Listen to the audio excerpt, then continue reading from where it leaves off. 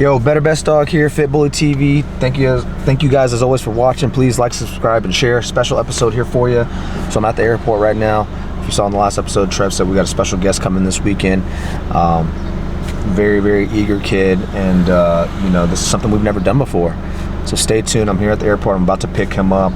About to go on a nice little journey over the next 72 hours. We're gonna do a hard 72 of just pure fun, work, and dogs. So stay tuned, people. Take care of your dogs and enjoy.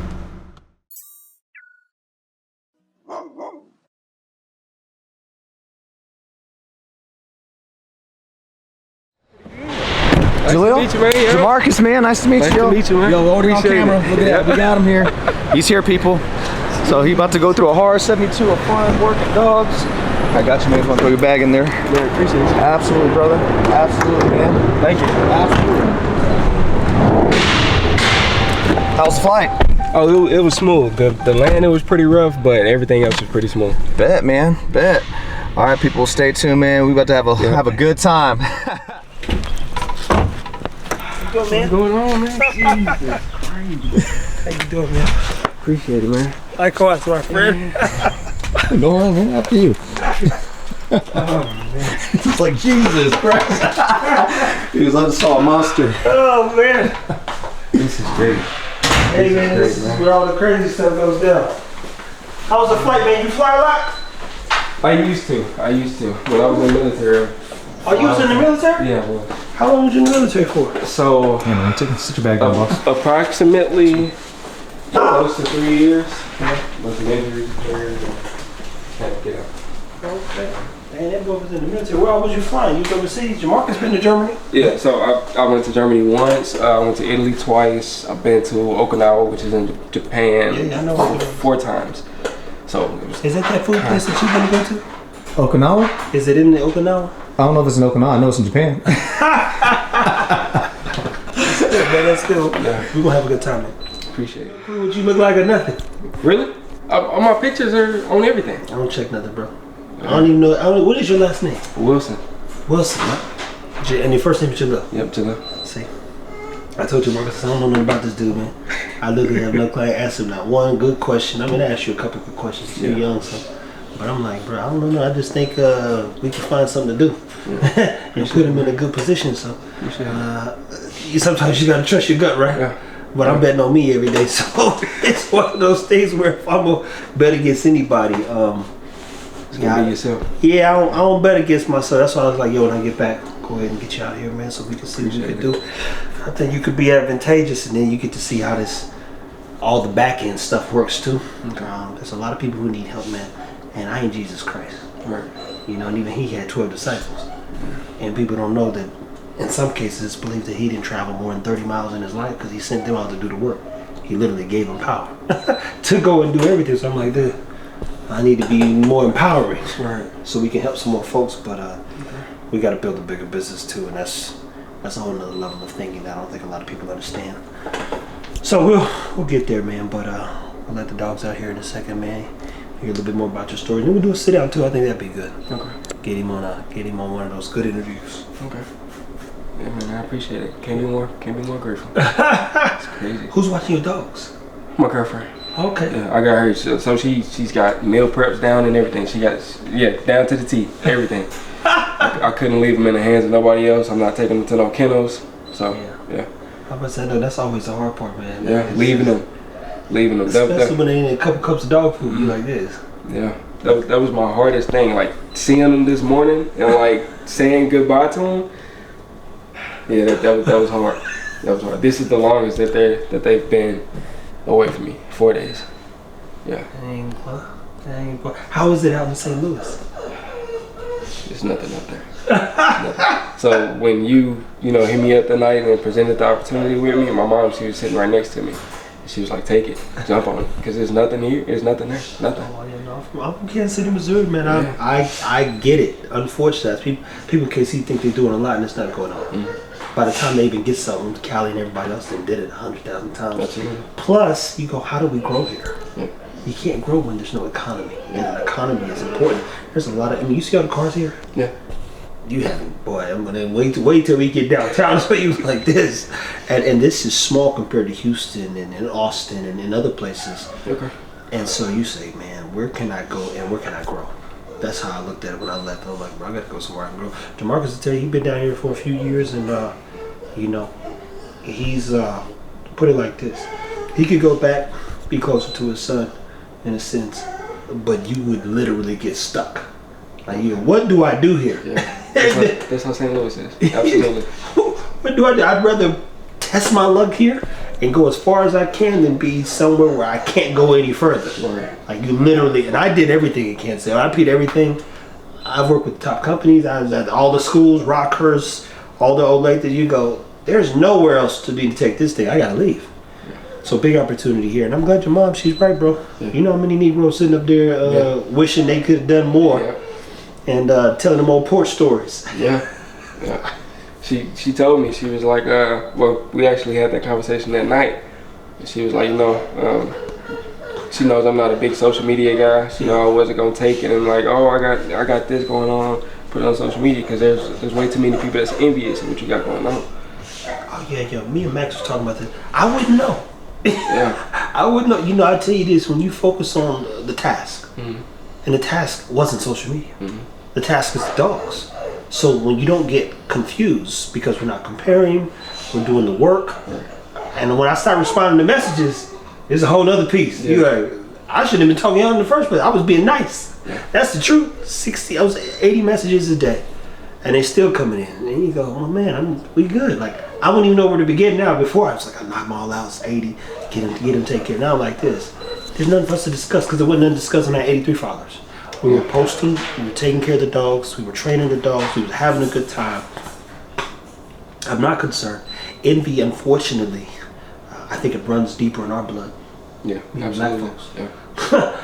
Because objectively, white people get together and they work together. I've been around. They're the rich. They like, hey, buddy, you want to invest in such and such? Get a couple mil with me? Absolutely. I feel like, I gotta lick this nigga. Yeah. He goes, that ain't the most. But I have a different mentality, and we focus on the work, man. They always gonna be some haters. Yeah. And that's in every culture. But 9 out of 10, I'm even thinking like this. Who are the next 10 people? I don't think in the rest of my life 10 people should get within 5 feet of me for real life. Like, people seem one thing, but like, if I had to meet 10 more people, who would those 10 people be? For the rest of my life. Because I don't even like people. Right. So I'm literally, I thought about that this morning. If there was only 10 more people ever that I needed to meet, I don't want to meet no celebrities. On me, I can't, I don't even know if I'll get to 10. Like, 10 people that I need to meet? I can't think of it. But that's going to be something that I put on paper for myself where you go, these are the type of people, you being one of them. And it came to me, I'll go, this guy's coming out here, and we either want to work on putting him in a position that can change his life. Right. And if I had 9 more opportunities to change the world with the help of some others, who would those people need to be? Foundationally speaking, and outside of that, I'll be honest, I wouldn't know. So I'm gonna try to. That's one of the problems I want to solve for myself. But you go, if there's 9 more people I gotta meet, if they need to be critical to changing the world. Okay. If they can't change the world, then we shouldn't be meeting. Absolutely. I don't need to be, again, no celebrities, no famous people. I don't even want to be famous. When they ask for me, I'm gonna send him. So if you don't mind me asking, ask anything, man. What exactly did you see in me that made you want to reach out to me and put me in this position? Well, first I thought you was annoying. You thought I was annoying? As hell. I said, Lord have mercy, this motherfucker is commenting on everything. But one of my first reactions to everything, because I never react. If you react, then you're a black man. And I'm not saying that to you, it's just one of my things. And I think before Will Smith slapped the hell out of old boy, he had a rule where he wouldn't respond to something for 72 hours, which he should have put into effect that night. But you say, and then I start paying attention to the way in which you were communicating via the, comments on lives and stuff, and you were literally just trying to help. And that in itself speaks volumes, because, you see, our goal is to help, so I start, okay, He's genuine. And then when I saw you in the Pet Achievers, mind you, I literally don't know what's going on, man. Okay. I'm so removed from what's happening because I'm thinking so far ahead in the future, I can't keep up with all which is perceived an opportunity versus is. So then, I mean, you see the consistency, you see you communicating, you see you being, zealous and not even overzealous about trying to help those people. You see people slowly but surely gaining some respect for you, appreciate it, the tag, and just all the little things. So you say, foundationally speaking, this person, probably has some good values, and those values can be expounded upon. And with the right guidance, he could probably be a huge influence and impact in a lot of good people's lives. And keyword is good people, not the bad people, the good people. But you know what happened if a bad person's teetering on the fence? They were like, "Yo, I need to be a little bit more like old boy." Yeah. so you say, "Hey, there's a chance that we can take, and it don't cost that much, but you got to take those chances." So I've been around people who bet on me, and when you get around wealthy people, I'm not wealthy, to be clear, not yet at least. But when you get around wealthy people, the most important thing to them is their time. And they appreciate good people more than money because you can't buy good people. Right. And it's hard for them to come by it because they've got all this money, right? People come, imagine putting $100,000 here, everybody come take some and never even ask you how you are. Yeah. That's wealthy people. I've been around them. And they've always been great. I mean, they've just been great and good to me. So, if I could now in, I believe soon, a position to be that influential, then you want to continue to lead, create a path, lead a path, create some more leaders, and say, well, let's see how this person's thinking. Let's see if we can help. So it's just really, at the end of the day, it's a bet on a gut feeling and my instinct. My instinct's always protected me for the most part. Even with this energy, I'm like, yep, this is a good choice. Worst case scenario, he'll have a good time and go home. And enjoy yourself. Future-wise, way bigger opportunity. Okay. But you're exactly what I presume. Again, I don't know. When I say nothing, I don't check no profiles, man. When I was going through those messages back in there, I was like, yo, sorry. Someone's like, I'm a girl. I was like, oh, my bad. Wow. Because I'm not. I didn't want to do it in the first place. So I'm like rolling through the messages, hitting them with those voice memos and stuff. Yeah. Like, yeah, check it. Boom, typing them back and moving on. And then I put the phone down. I'm like, I don't even want to be on this thing, bro. So now that I've seen it, okay, yeah, no, we'll be fine here. We'll be able to help. But that's originally. It's like, oh boy, you wild. He going in with the info. He's like, hey, I had to screenshot the salt. Yeah. Yeah, so and I think that was one of the times I was like, oh, he's on a mission. But it's really just, you just want to take care of your dogs, put them in the best position possible. And for me, that's the equalizer. Okay. You take care of the dogs, the rest will take care of itself. And then if we can put you in a position to be successful or assist in any way, shape, or form, then I'd like to do so. The same thing with them, Him, Stan, Hunter, help them all.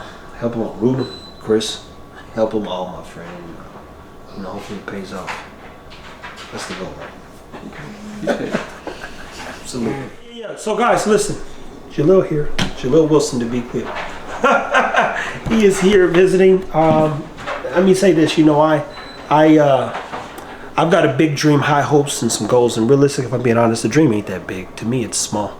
I even told Jamarcus, we hit 1 million on TikTok. I said, do you think it's really that hard? For me, I'm like, yo, is it really that hard? We're at 160. Is it really? YouTube, I remember we had 83 followers. Now we had almost 400,000 subscribers. You think it's really that hard?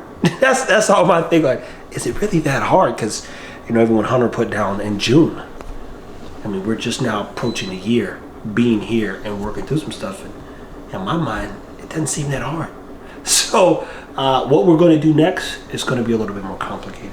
So you need the right people around. I saw an opportunity to put this guy here in a position just to learn. And when I was his age, as I repeat, there's a guy who messaged me, said, you're not mediocre. I was at the club bouncing. I remember last night at the club and walking into the school the next week, November 12th, 2012, and talking about fitness and health and wellness and speaking in front of 400 kids. That all happened within a week's time just because I said, guys, I'm done with this club shit.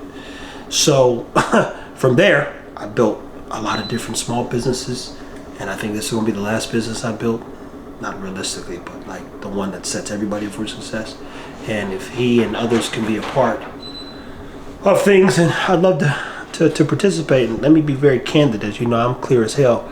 I was listening to the Best Man soundtrack, and I never understood personally culture. I don't get it. White people have always been, right to me, and black people have always been hateful.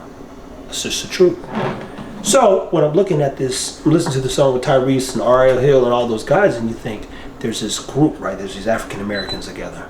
And then, you look at corporate America, and there's this group of directors of board, they're white people. If you go to the Hispanic places, the real ones, it's Hispanic people in there. You go to the Asian mart, guess what? There's Asian people in there. And the places where African Americans congregate oftentimes are some of the most dangerous to themselves. So I don't understand brotherhood and all the things that, people built, even in every other culture. So I said, that'd be kind of cool one day if it was like 5 African Americans sitting around that have been successful. Now, Chris Moore's white and Ruben's Hispanic. They got to be there too. But for the most part, you say, is there an opportunity to build culture? And I mean some wealth for some African Americans, black people. And have that image one day where we're sitting around and everybody's got 30, 40 million in their bank account, if not more. That would be interesting to me. And so then I say, let me see if I can find a few more. You know how hard it is to find a good brother. Let me find a few more that I think I can lead and really show the promised land, if you would. So potentially he could be advantageous or an asset, and I know how to hit those numbers. So we'll see what happens. But that was the like, hey, let me get him involved, because I don't know a lot of good brothers. That's the truth. My brother ain't no good, and I have a real life full same mom, dad. I don't know his number. I don't know where he's at. I don't talk to him. There's nothing to talk about. He's a bozo. That's the truth. Take care of your dogs, people.